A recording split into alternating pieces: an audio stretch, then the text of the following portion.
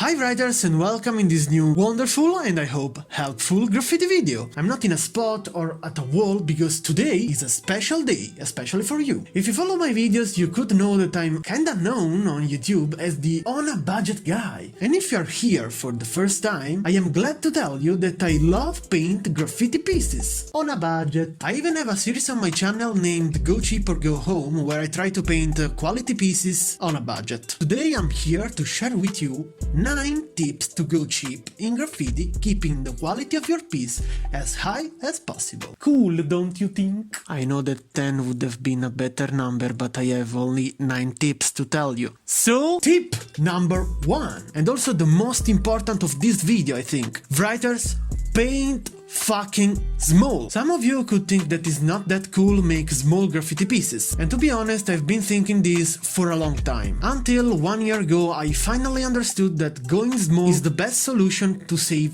cans, and so obviously money. Going on, looking at the photo, I swear that nobody will notice that you went small. Not that much anyway. And last but not least, painting small will definitely improve your accuracy. There are a lot of pros, don't you think? Number 2, use the bucket paint, dear writers. I know that is not the funniest thing you can do making a graffiti piece, but it's definitely cheap. Surely cheaper than cans. And it's not that rare, at least in my country, to find buckets full of paint in the trash. So it's convenient and eco-friendly, I would say. Remember, dear writers, the bucket paint is the best friend of the poor writers. Which I am, yes. Freaking number 3. Take the most of leftovers and caps. Which means, first of all, never throw in the trash a can that still can be used, even for a bunch of lines. It could not seem that important, but I swear that it is. By the way, this is the reason why my first lines are always dirty and full of colors, because I use always a lot of leftovers. It's not the cleanest way to sketch, but is definitely the cheapest. About the caps, first of all, shake your cans really well in order to avoid the clogging of your caps. Then when you are done with the cap you're using, turn your can upside down and spray until only the pressure will come out without any paint. This will clean up the cap so that you will be able to use that cap many times. I have to be completely honest with you guys, this trick works really well with fat caps, transversal caps and standard caps. With skinny not that much, but sometimes it works and there is nothing to lose by trying. So do this. Tip number 4. Try not to paint on walls that absorb a lot of paint. There are walls made in materials that absorb a lot of paint. I mean, that suck the paint. For example, the tuff is one of the worst surfaces you can paint on. In general, it's better to avoid all the porous surfaces. It's fucking hard to pronounce that word. Sorry.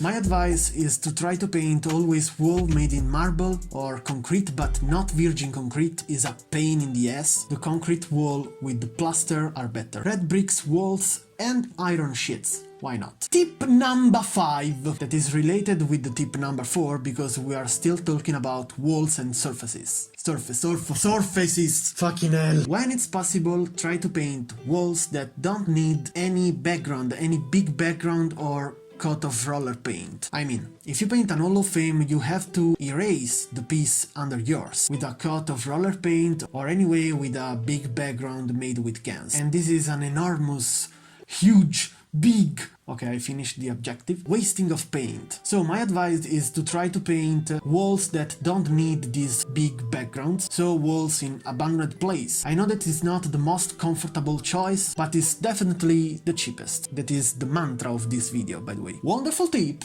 number 6. If you paint for the photo, that is something that I do, don't care too much about how the piece looks in real life. I mean, I know that it could sound weird, but listen, if you made the feeling of your piece and there are some spots that are not that well covered that you see with your eyes in real life, take a photo of it. You will probably find out that dead spots in the photo are not that visible, so it's really useless waste more and more paint on these spots. And also, even in real life, when the piece will be finished, those imprecisions will be not that important anymore, not that visible, because the overall look will be good. Cheap tip number 7. Never underestimate trash cans. I mean, obviously they aren't as good as Montana or similar, but they are cheap.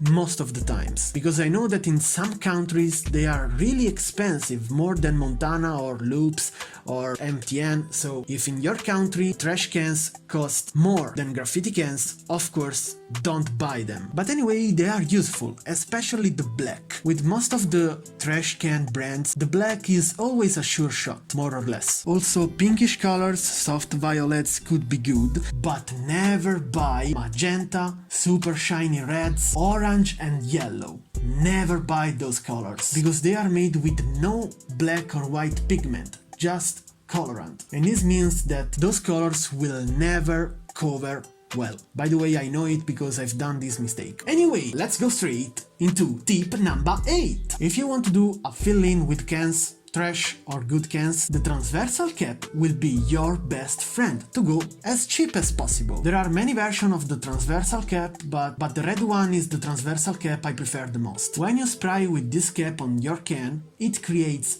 a line instead of a dot. And this is useful because you can save a lot of paint with it, because basically you don't cover twice the surface that you're painting. And by the way, for the guys that are a bit illegal, this is a lot fast, especially with chrome, trust me. Last but not least, tip number 9. Share the cost of the common cans with your friend. Of course, it's not possible with all the cans, because if you have to do an outline, you need a full can, so you can't share it with your friends. But if you do a painting with common colors, you can share the cost of the overline can, of the highlights can, of basically all the cans you use to make small details. So guys, I hope you enjoyed this video. It's been really hard for me recording this video because I'm not used to stay here and talk to you for 30 minutes with a camera that is pointing to my face, to my masked face, but by the way it's the same. Let me know if you want more of these videos, let me know it in the comments. If you like this video, subscribe to the channel. I am a cheap but quality guy, and if you have more tips to go cheap, please write it in the comments. Write them in the comments, English. And see you next time, writers.